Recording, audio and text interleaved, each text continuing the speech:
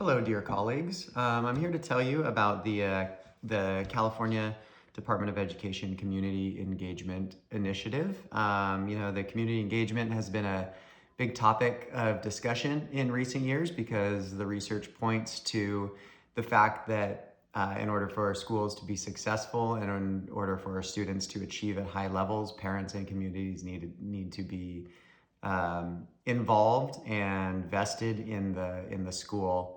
And likewise, the school needs to be vested and involved in the community. So the CEI, the Community Engagement Initiative, really has seven pieces of the puzzle that we're looking at to improve student achievement.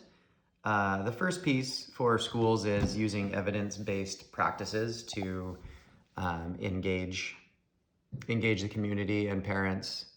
And really, this all keeps coming back to student achievement. All of these practices work well and are proven to work in the organizational level, the classroom level, the community level, the district level. So all of these practices can be transposed into any system. But if we're talking about getting communities and families involved, we can use the same strategy. So evidence-based practices, we have to use the research and we have to focus on what works. We have to have a mindset of continuous improvement, and with continuous improvement, we are constantly looking at our data, implementing strategies, assessing our progress, and adjusting as needed. So it's a cycle. It's a cycle of continuous improvement, and we can take that cycle and apply it to getting communities and families involved in the school. Collaboration, in my opinion, this is one of the most important pieces of this community engagement initiative. Everyone has to be able to be on the same page and everyone has to be able to collaborate and work together. And I think with that, the SMART goals come into play. If everyone's working toward the same goal, if everyone's working toward the same SMART goal, we have a roadmap for our success and what we're trying to do. And that minimizes the individual agendas and keeps people focused on the task at hand. And the most important piece of this is trust and accountability. The community needs to trust that the school has the student's best interest in mind. And again, it comes back to student achievement, and the community, parents need to trust that the school's doing what's right for students, and that we have the student's best interest. So the next piece of the puzzle is leadership. And when we look at the leadership piece here, I'm going to go back to my notes.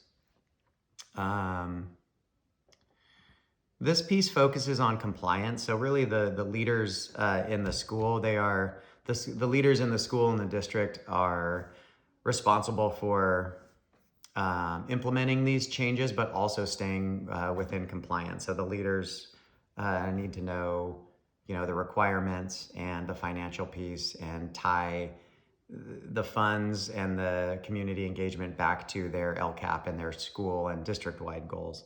And